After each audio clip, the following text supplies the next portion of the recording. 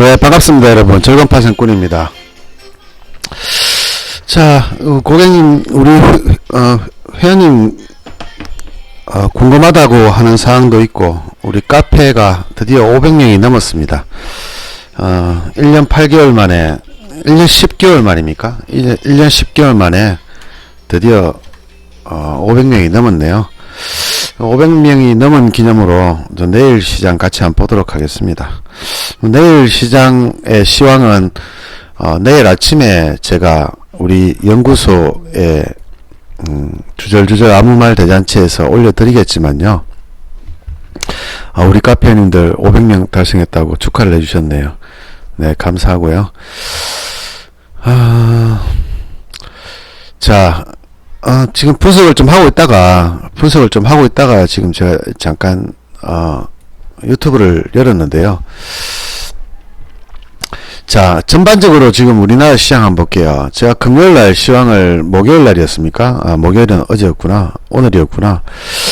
수요일날 제가 시황을 아침에 올려드렸던 게 뭐냐 그러면 273.35를 기준가로 했을 때 이거 아래에서 놓을 경우에, 그죠?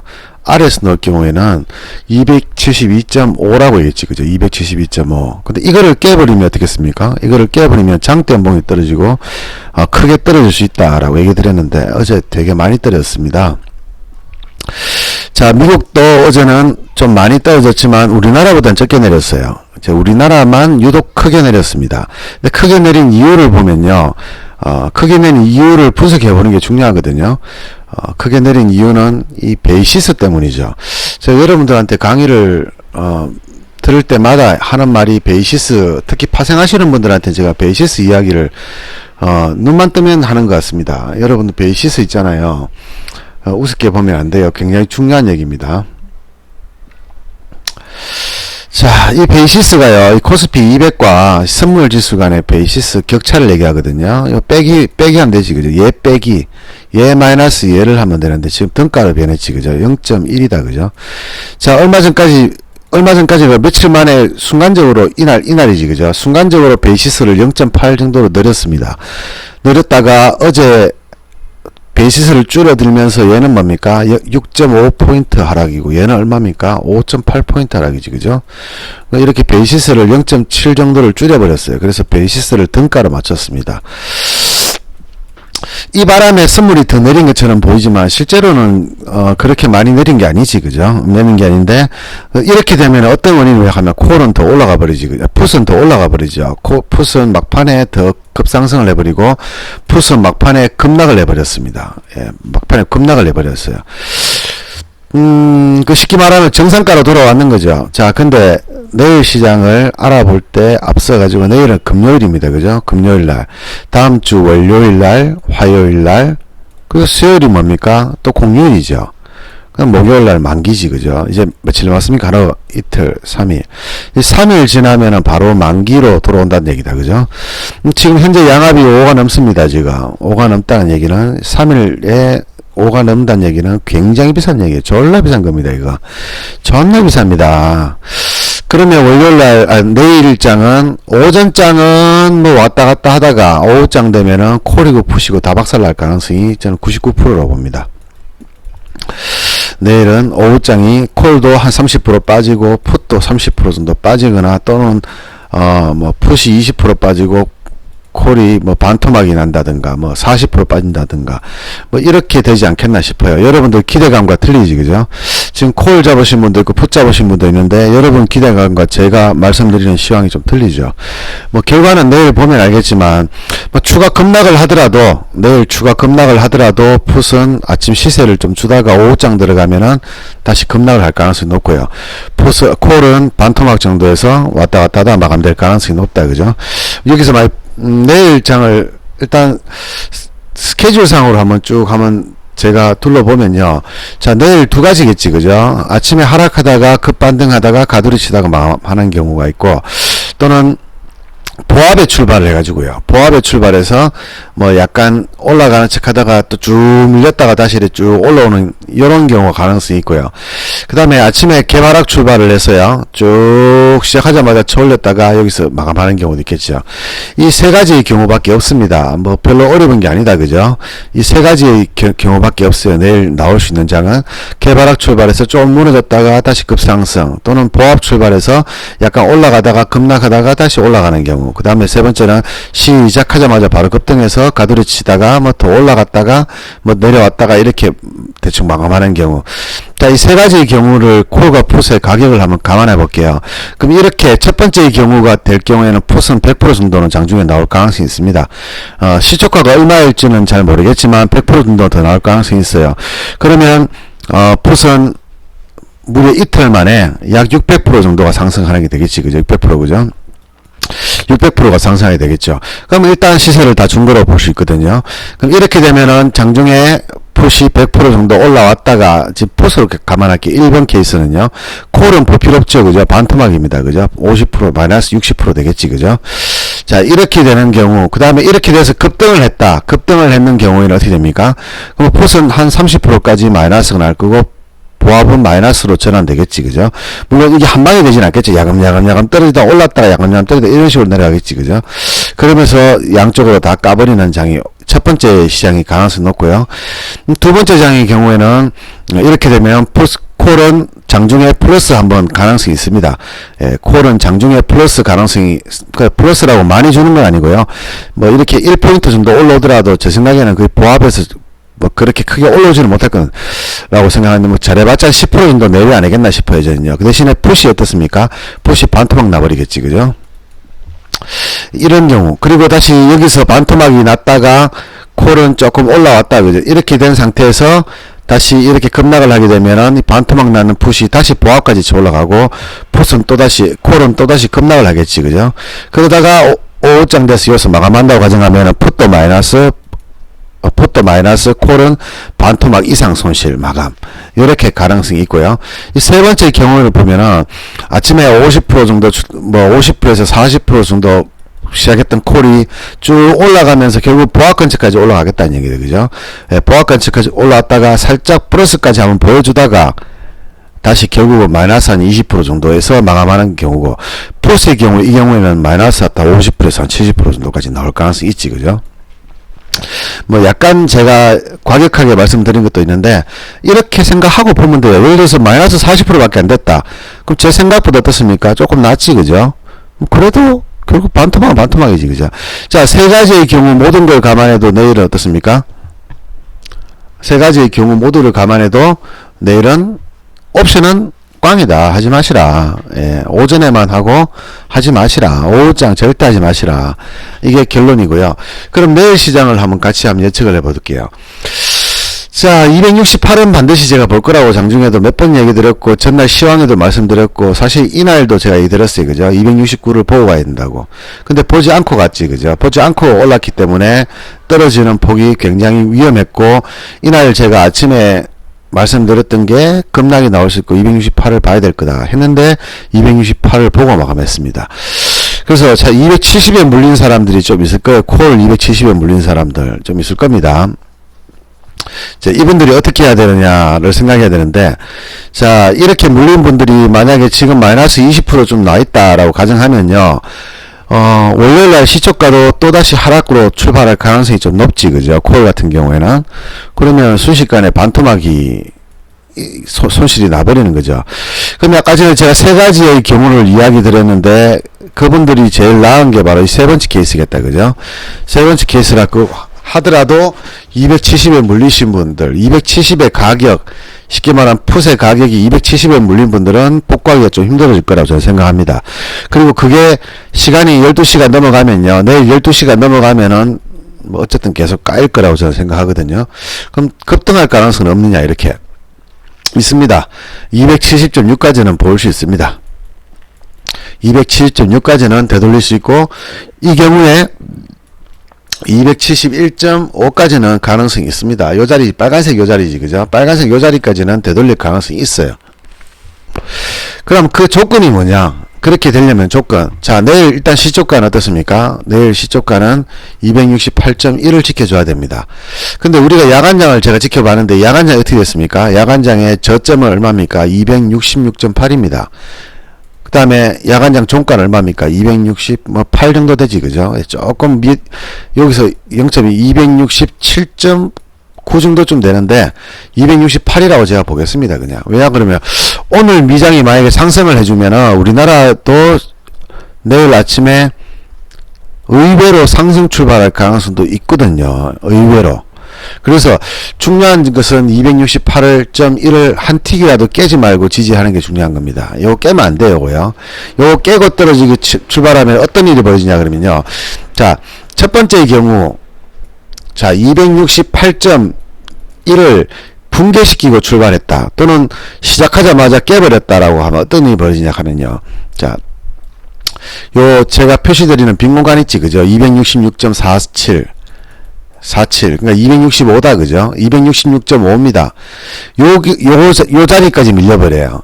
그러니까 268.1을 깨버리면 266.5까지 밀려버립니다. 근데 요게요, 요 자리가요, 요 자리를 밀리고 다음날 올라가는 게 아니고, 만약에 이렇게 될 경우에, 이 자리를 찍고 만약에 다시 올라서 268 정도에 마감했을 경우에 어떤 일이 벌어지냐? 그 다음날에 또 급락할 가능성은 없습니다. 얼마입니까? 265.3입니다. 이 자리까지 내려올 가능성이 높아요. 그러니까 만약에 내일 내려온다면 268.1, 266.5 이거를 붕괴시키면 265.3. 그러면 지금 종가 기준으로 했을 때 얼마입니까? 약 3.3포인트 정도가 더 내려올 가능성이 있다. 그러면 3.3포인트가 더 내린다는 의미는 내일 만약에 1포인트 정도 하락해서 출발했을 경우에 2포인트만 더 내려오면은 어떻습니까? 바로 이 자리가 와버리지, 그죠? 1포인트만 더 내려오면 바로 1자리고요. 개발학 자리에서 1포인트만 더 내려오면은 바로 266.5가 와버릴 거고, 여기서 1포인트 떨어져 버리면 어떻습니까? 이 자리까지 와버려요, 그죠? 이 자리는 뭔가 강력한 지지선 자리입니다. 강력한 지지선. 268.1만큼이나 중요한 강력한 지지선입니다. 이 자리를 깰 수 없으니까 깰 수 있습니다. 깨면 어디까지 내려옵니까? 여기까지 내려옵니다. 264까지 내려옵니다. 근데 제 생각에는 반반이라고 생각하는데요. 이 최악의 경우를 얘기하는 거예요, 그죠? 자, 1번의 케이스는 최악의 경우에 내일 아침 268.1 아래에서 출발했을 경우에 266.5 이거를 지지하면은 올라갈 수도 있지만, 이렇게 되면 다음날 다시 이 가격에 올 수 있다. 그럼 내일 당장도 이 자리에 올 수가 있다. 내일 1포인트 개발학 출발했을 때 아까 전에 예상했던 첫 번째, 두 번째, 세 번째 시나리오 중에서 세 번째 시나리오대로 간다면 별 문제가 없어요. 근데 그러기 위해서는 268.1을요, 시초가에 살짝 깨지는 것까지 괜찮을 것 같아요. 요즘 시장이 매니저들이 제 의도대로 안 가는 경우가 있어가지고, 시초가에 살짝 20분 정도 깨지는 거 괜찮아요. 근데 9시 반 이후에도 이 자리가 깨졌다, 그죠? 그러면 이거는 붕괴된 거라고 보시면 될 것 같아요. 268.1이 붕괴되었다고 보셔야 될 것 같아요. 즉 쉽게 하면 9시 반을 기준으로 했을 때 이 자리를 깨면 안 돼요, 그죠? 깨면 안 되는데 살짝은 깨져도 돼요. 근데 이만큼 밀려버리면 안 된다는 얘기죠. 예를 들어서 268.1인데 267.5 아래로 깨져버렸다, 이러면 안 돼요. 이러면 좀 위험해져요. 그러면 이 자리가 올 가능성이 높아져요. 266.5가.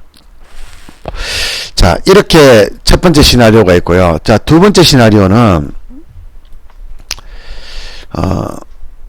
보합에서 출발하는 경우 있을 수 있어요. 내일 아침에 보합에서 출발. 즉 보합이란 얘기는 뭡니까? 268.1을 지지한다는 얘기지, 그죠? 그럼 268.1을 지지하게 되면은 그 위에 자리가 어디냐 볼까요? 네, 그 위에 자리가 269.91이다 269.6이다, 그죠? 자, 전날 붕괴시켰던 269.62, 종가는 268.85다, 그죠? 근데 동시호가에도 갭이 좀 떨어졌거든요. 그리고 장막판에 보세요. 장막판에 이렇게 밀렸죠. 자, 외국인들이 8천억을 매도를 쳤는데 장막판에 약 한 1,500억 정도를 매수를 했습니다. 매수를. 그 말은 무슨 말 하면은 장중에 외국인들이 9천억 이상을 팔았다가 막판에 1,500억 정도를 빼가지고 8천억으로 줄어들었고, 의외로 콜이 좀 들어가 있고 지금 야간장 풋도 들어가 있다, 그죠? 그 우리나라 내일 보합으로 만드는 방법은 어떤 방법이 있습니까? 삼성전자를 보합에서 출발하면 되겠죠. 또는 상승해서 출발하면 되겠지, 그죠? 그렇게 되면은 시장은 보합이라는 얘기는 강보합, 약보합을 포함시키니까 0.5포인트 내외로 하락하는 거를 보합이라고 가정하면요. 그러면 268.1도 지지할 거고 요렇게 0.5포인트로 하락하게 되면은 장중에 플러스가 날 가능성이 있다. 어디까지? 요까지지, 그죠? 요 자리가 뭡니까? 제가 말씀드렸던 269.1, 요 보세요. 자, 주가가 하락하기 시작했던 첫 번째 자리가 어딥니까? 주가 어디부터 하락했어요? 269.6이었지, 그죠? 요 보세요. 요 자리지, 그죠? 자, 요 자리를 지지하려고 하다가 왜 떨어졌습니까? 베이시스가 너무 갭 차이가 나니까 거의 3시 20분, 30분, 25분 정도 이후로 쭉 떨어져서 여기까지 떨어져버렸어요. 1포인트가 더 내려버렸어요. 원래는 이게 내리면 안 되는 거였지, 그죠? 이게 내리면 안 되는 거였죠. 이게 내리면 안 되었고, 여기서 마감을 하고, 야간장에서 268.1 정도를 보고, 다시 조금 올라와서 268.6 정도, 이렇게 마감을 했다면, 그러면 저는 268을 지켰다고 확신할 겁니다. 그리고 내일 저점은 268.1입니다. 라고 확신을 가졌을 텐데, 이 장막판 장 종료 10분 내외로 나왔던 이 급락 때문에요. 시황이 다 지금 분석이 좀 다 바뀌어 버리는 거죠.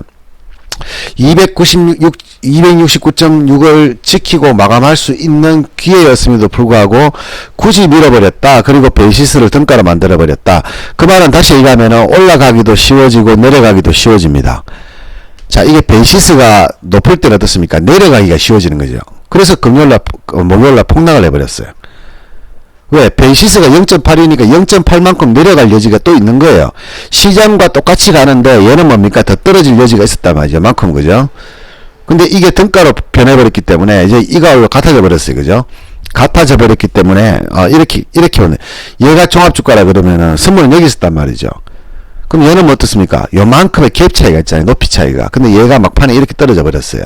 그러면서 얘와 종합주가와 선물이 같아져 버렸어요. 그럼 이만큼 지금 어떻습니까? 더 떨어질 게 남아 있었다는 거죠. 그래서 제가 장중에 계속 베이시스가 높다, 베이시스 높다, 이거 등가되면 박살날 건데 이 생각을 계속 했던 거죠, 제가요.